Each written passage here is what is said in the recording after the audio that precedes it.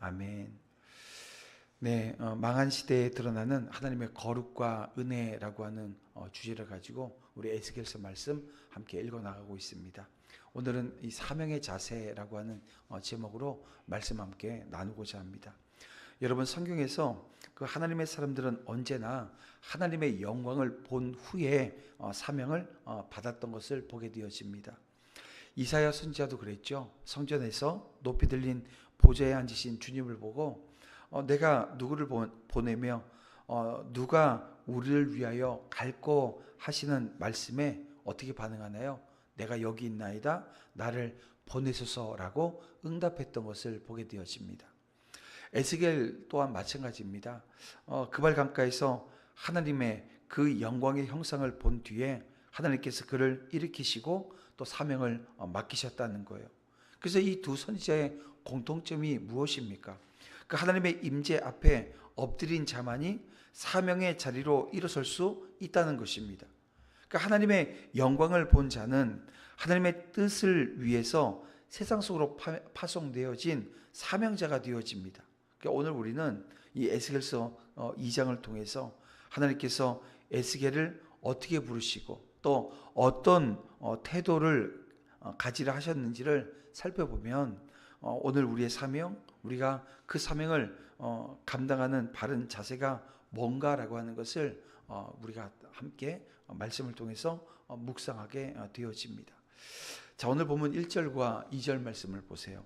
인자야, 내 발로 일어서라, 내가 내게 말하리라 하시며 그가 내게 말하실 때 그 영이 내게 임하사 나를 일으켜 내 발로 세우시기로 내가 그 말씀하시는 자의 소리를 들으니라고 기록하고 있습니다. 그러니까 하나님은 엎드려 있는 에스겔에게 인자야 일어서라 이렇게 명하십니다. 그리고 하나님의 영이 그 에스겔을 일으켜 세우십니다. 여러분, 이 장면은 우리가 하나님의 사명을 받을 때 단지 수동적으로 반응하는 것이 아니라 능동적으로 주님의 말씀을 의지하고 일어서는 자세를 가져야 한다라고 하는 것을 알려주고 있어요. 여기서 영이 내게 임하사 나를 일으켜 내 발로 세우시기로, 무슨 말입니까? 영이 나를 일으켜 세우셨다라고 하는 이 표현은 성령의 능력으로만 사명을 감당할 수 있다라고 하는 사실을 우리에게 보여주는 겁니다. 여러분, 우리도 마찬가지입니다. 하나님의 부르심은 우리의 나약함을 모른 채 하시지 않으십니다. 하지만 말씀 앞에 자신을 내어드리고 또 기도로 깨어있는 자세, 순종하겠습니다, 주님 말씀해 주세요 라고 하는 이 태도 없이는 절대로 일어설 수 없는 겁니다. 그래요, 사명자는 내 열심보다 먼저 주님의 부르심에 예라고 반응하는 자라고 하는 것을 우리는 기억해야 합니다. 또 3절을 보면 하나님은 에스겔을 패역한 백성에게 보내신다고 말씀하시고 우리가 쭉 읽어나가면서 패역한 백성 계속해서 반복해서 이 이스라엘 백성을 패역한 백성이라고 말씀하시는 것을 보게 되어집니다. 그리고 이어지는 말씀이 뭐냐면 듣든지 아니 듣든지 너는 그들 가운데 서서 하나님의 말씀을 전해야 한다고 말씀하시는 거예요. 또한 하나님께서 반복적으로 말씀하시는 내용이 오늘 보면 6절 7절 보세요. 그들은 그들을 두려워하지 말고 그들의 말을 두려워하지 말지어다. 또 마지막에 보면 그들의 얼굴을 무서워하지 말라 이렇게 말씀하십니다. 여러분, 이것이 사명받은 사람에게 따라오게 되어지는 현실적인 문제입니다. 사명은 영광이기도 하지만 어떤 일이 발생합니까? 거절당하기도 하고, 여러분, 그 길이 고난의 길이라는 것입니다. 그럼에도 하나님은 에스겔에게 그들을 두려워하지 말라 이렇게 말씀하십니다. 왜 두려워하지 말라고 말씀하시는 걸까요? 그를 보낸 분이 다른 분이 아니고 하나님이시기 때문입니다.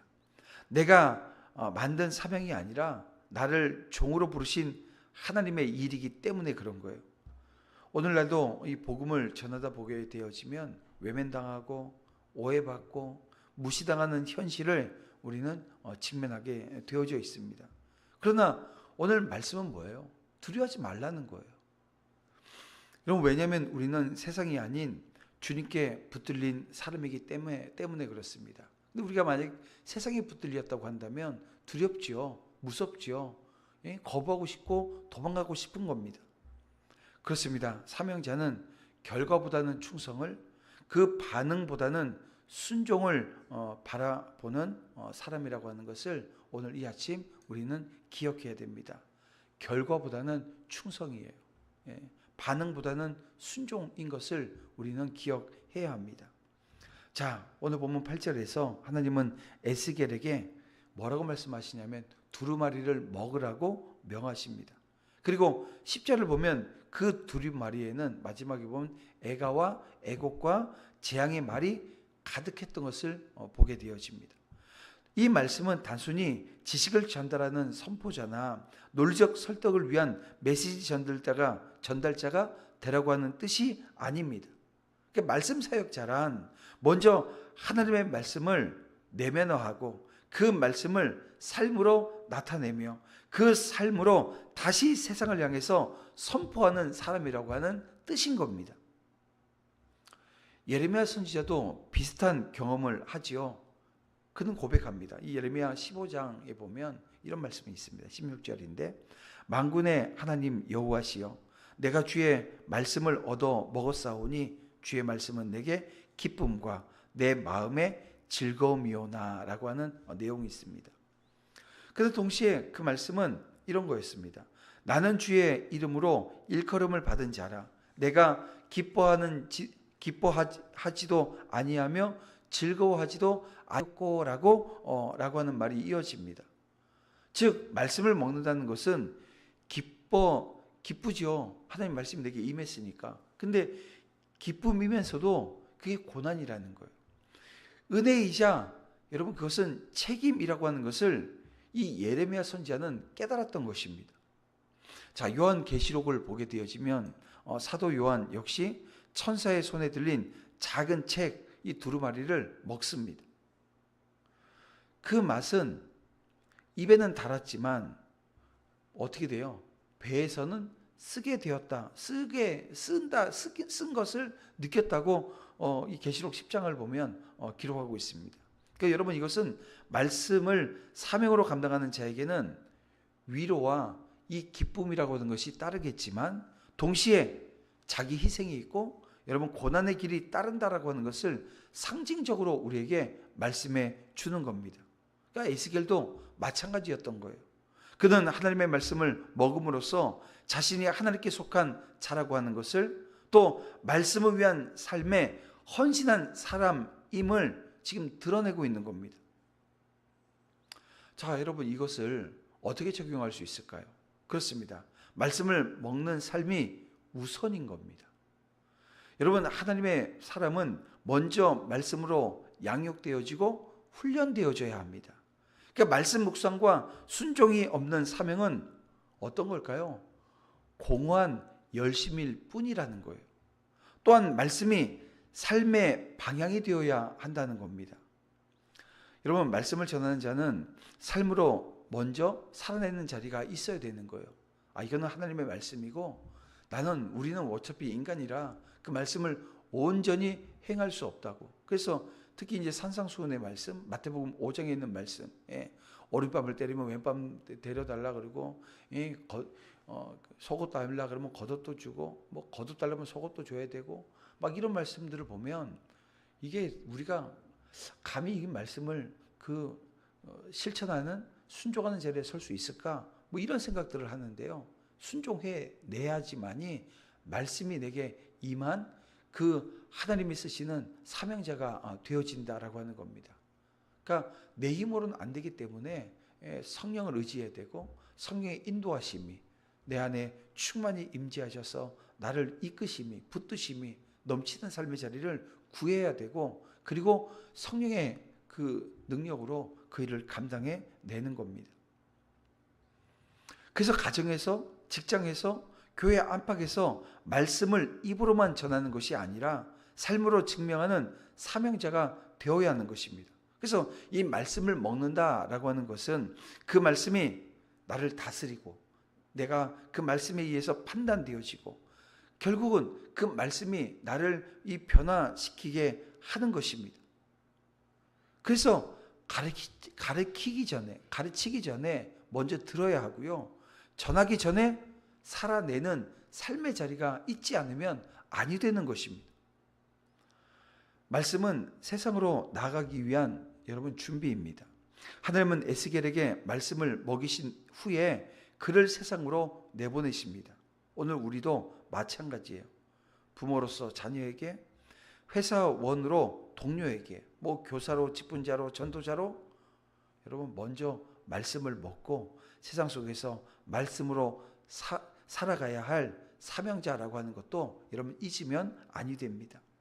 정리하면 이렇습니다.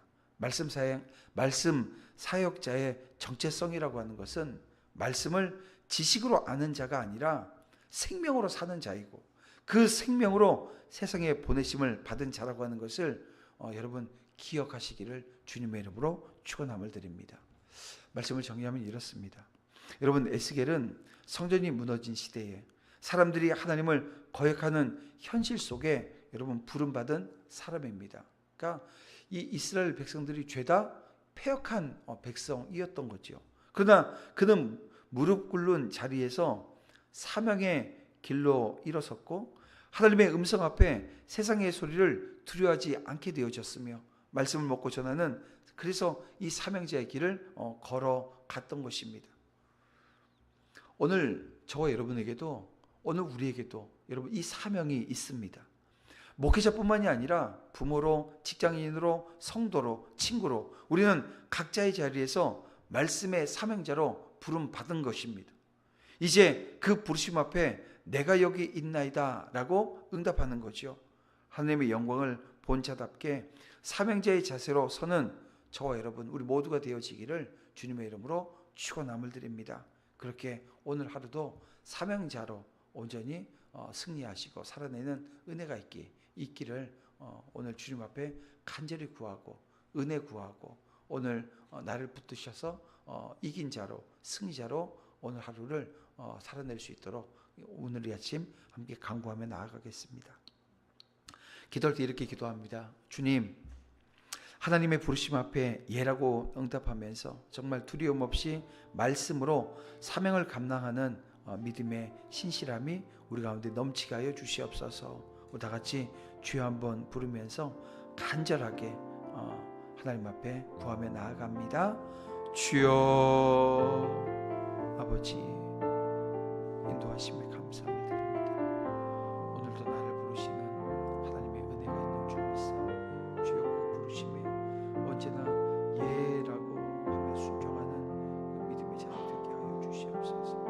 나를 붙드신 하나님의 은혜가 넘치는 역사로 함께 하여 주시옵소서. 아버지 인도해 주시옵소서. 아버지 붙들어 주시옵소서. 믿음으로 삽니다. 주님, 성령께서 함께 하시고 인도하여 주시옵소서. 이 새벽을 깨워 주의 말씀 앞에 서오니 주님, 주를 향한 열심이 우리 가운데 넘치게 하시고 온전히 주의 영광 바라보며 믿음의 길